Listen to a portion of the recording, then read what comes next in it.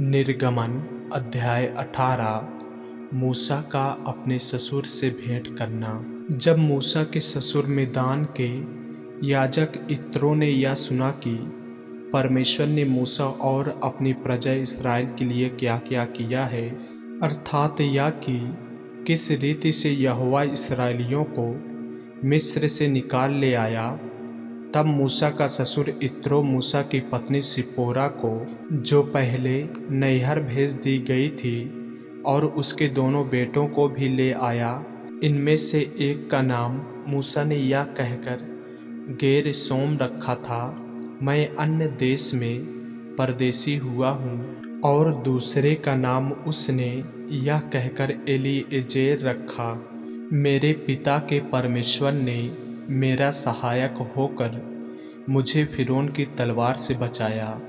मूसा की पत्नी और पुत्रों को उसका ससुर इत्रो संग लिए मूसा के पास जंगल के उस स्थान में आया जहाँ परमेश्वर के पर्वत के पास उसका डेरा पड़ा था, और आकर उसने मूसा के पास यह कहला भेजा, मैं तेरा ससुर इत्रो हूँ, और दोनों बेटों समेत तेरी पत्नी को तेरे पास ले आया हूँ। तब मूसा अपने ससुर से भेंट करने के लिए निकला और उसको दंडवत करके चूमा, और वे परम स्पर्श कुशल क्षेम पूछते हुए डेरे पर आ गए।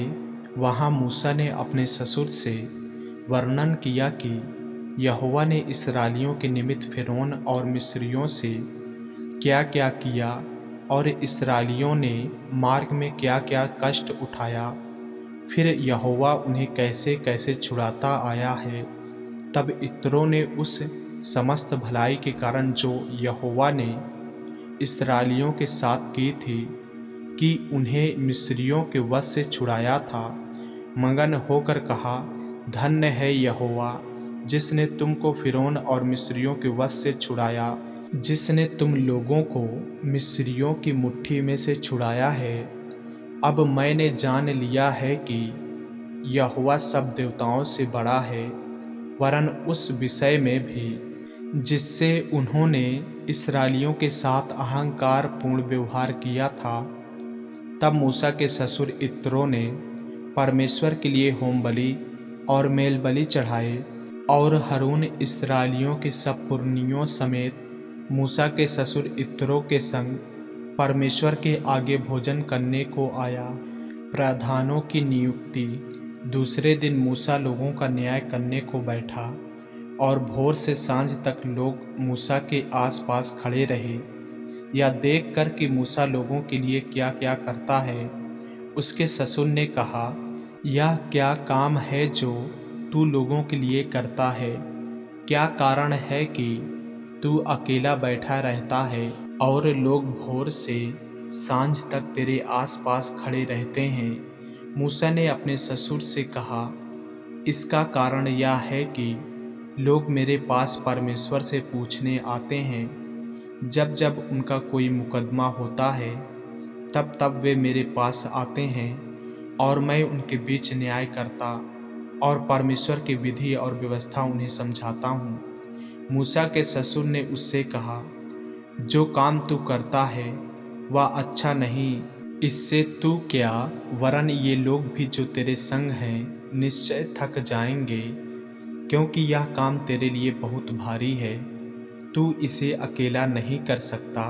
इसलिए अब मेरी सुन ले, मैं तुझको सम्मति देता हूँ, और परमेश्वर तेरे संग रहे। तू इन लोगों के लिए परमेश्वर के सम्मुख जाया कर, और इनके मुकदमों को परमेश्वर के पास तू पहुंचा दिया कर, और इन्हें विधि और व्यवस्था प्रकट कर करके जिस मार्ग पर इन्हें चलना और जो जो काम इन्हें करना हो, वह इनको जता दिया कर। फिर तू इन सब लोगों में से ऐसे पुरुषों को छांट ले जो गुणी और परमेश्वर का भय मानने वाले, सच्चे और अन्याय के लाभ से घृणा करने वाले हों, और उनको 1000-1000, 100-100, 50-50 और 10-10 मनुष्यों पर प्रधान नियुक्त कर दे, और वे सब समय इन लोगों का न्याय किया करें, और सब बड़े बड़े मुकदमे को तेरे पास ले आया करें, और छोटे छोटे मुकदमों का न्याय आप ही किया करें, तब तेरा बोझ हल्का होगा, क्योंकि इस बोझ को वे भी तेरे साथ उठाएंगे। यदि तू यह उपाय करे और परमेश्वर तुझको ऐसी आज्ञा दे तो तू ठहर सकेगा और ये सब लोग अपने स्थान को कुशल से पहुंच सकेंगे। अपने ससुर की यह बात मानकर मूसा ने उसके सब वचनों के अनुसार किया। अतः उसने सब इस्राएलियों में से गुणी पुरुषों को चुनकर उन्हें 1000-1000, 100-100, 50-50, 10-10 लोगों के ऊपर प्रधान ठहराया, और वे सब लोगों का न्याय करने लगे। जो मुकदमा कठिन होता उसे वे मूसा के पास ले आते थे, और सब छोटे मुकदमों का न्याय वे आप ही किया करते थे।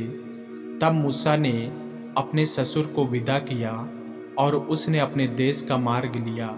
आमीन। ऐसे ही वचनों को सुनने के लिए हमारे चैनल को सब्सक्राइब करें और बेल आइकन के बटन को दबाएं। और यदि आप हमारे फेसबुक पेज पर, इंस्टाग्राम पर नए हैं तो हमारे पवित्र बाइबल को फॉलो करें, लाइक करें, ताकि परमेश्वर का वचन रोजाना आप तक पहुंच सके। जय मसीह की। प्रभु आपको आशीष दे।